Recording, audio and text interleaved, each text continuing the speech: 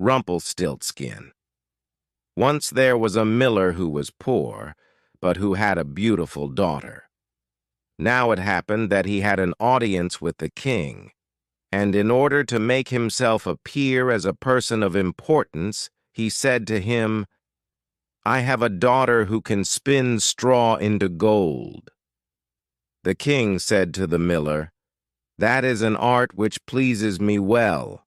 If your daughter is as clever as you say, bring her tomorrow to my palace, and I will try what she can do." When the girl was brought to him, he took her into a room which was quite full of straw, gave her a spinning wheel and a reel, and said, "Now set to work, and if by tomorrow morning early you have not spun this straw into gold during the night, you must die." Thereupon he himself locked up the room and left her in it alone. So there sat the poor miller's daughter, and for the life of her could not tell what to do. She had no idea how straw could be spun into gold, and she grew more and more miserable until at last she began to weep. All at once the door opened, and in came a little man, who said, "Good evening, Mistress Miller. Why are you crying so?" "Alas," answered the girl, "I have to spin this straw into gold, and I do not know how to do it." "What will you give me," said the mannikin, "if I do it for you?" "My necklace," said the girl. The little man took the necklace, seated himself in front of the wheel, and whir, whir, whir 3 turns, and the reel was full. Then he put another on, and whir, whir, whir 3 times round, and the second was full too. And so it went on until the morning, when all the straw was spun, and all the reels were full of gold. By daybreak the king was already there, and when he saw the gold he was astonished and delighted, but his heart became only more greedy. He had the miller's daughter taken into another room full of straw, which was much larger, and commanded her to spin that also in one night if she valued her life. The girl knew not how to help herself, and was crying, when the door again opened. The little man appeared and said, "What will you give me if I spin that straw into gold for you?" "The ring on my finger," answered the girl. The little man took the ring. He again began to turn the wheel, and by morning had spun all the straw into glittering gold. The king rejoiced beyond measure at the sight, but still he had not gold enough. And he had the miller's daughter taken into a still larger room full of straw, and said, "You must spin this too in the course of this night, but if you succeed, you shall be my wife." "Even if she be a miller's daughter," thought he, "I could not find a richer wife in the whole world."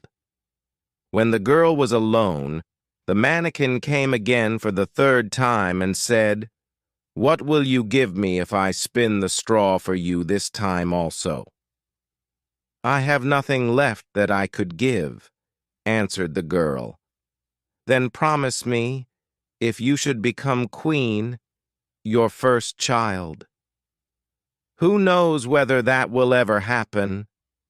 thought the miller's daughter, and not knowing how else to help herself in this strait, she promised the mannikin what he wanted, and for that he once more span the straw into gold. When the king came in the morning and found all as he had wished, he took her in marriage, and the pretty miller's daughter became a queen. A year after, she had a beautiful child, and she never gave a thought to the mannikin.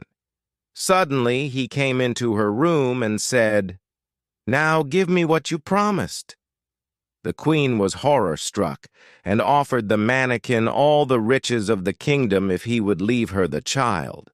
But the mannikin said, "No, something that is living is dearer to me than all the treasures in the world."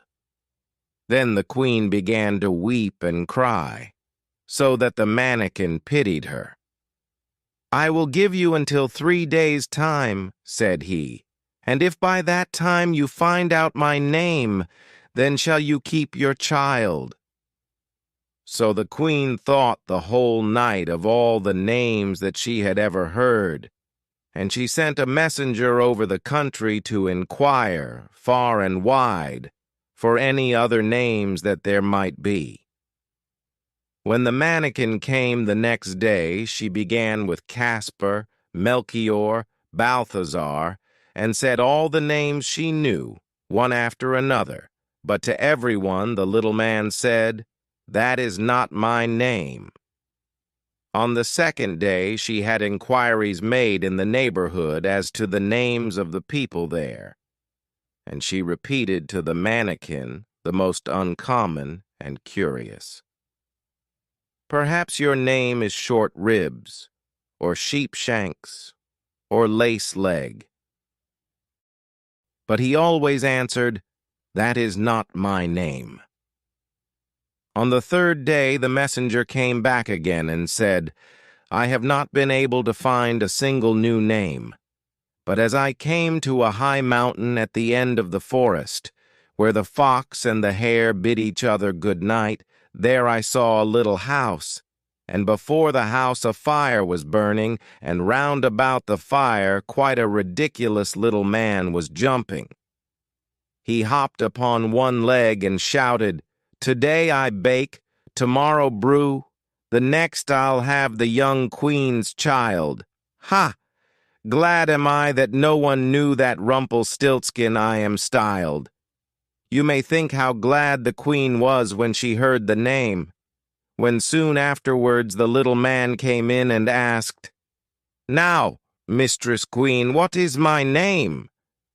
At first she said, 'Is your name Conrad?' 'No.' 'Is your name Harry?' 'No.'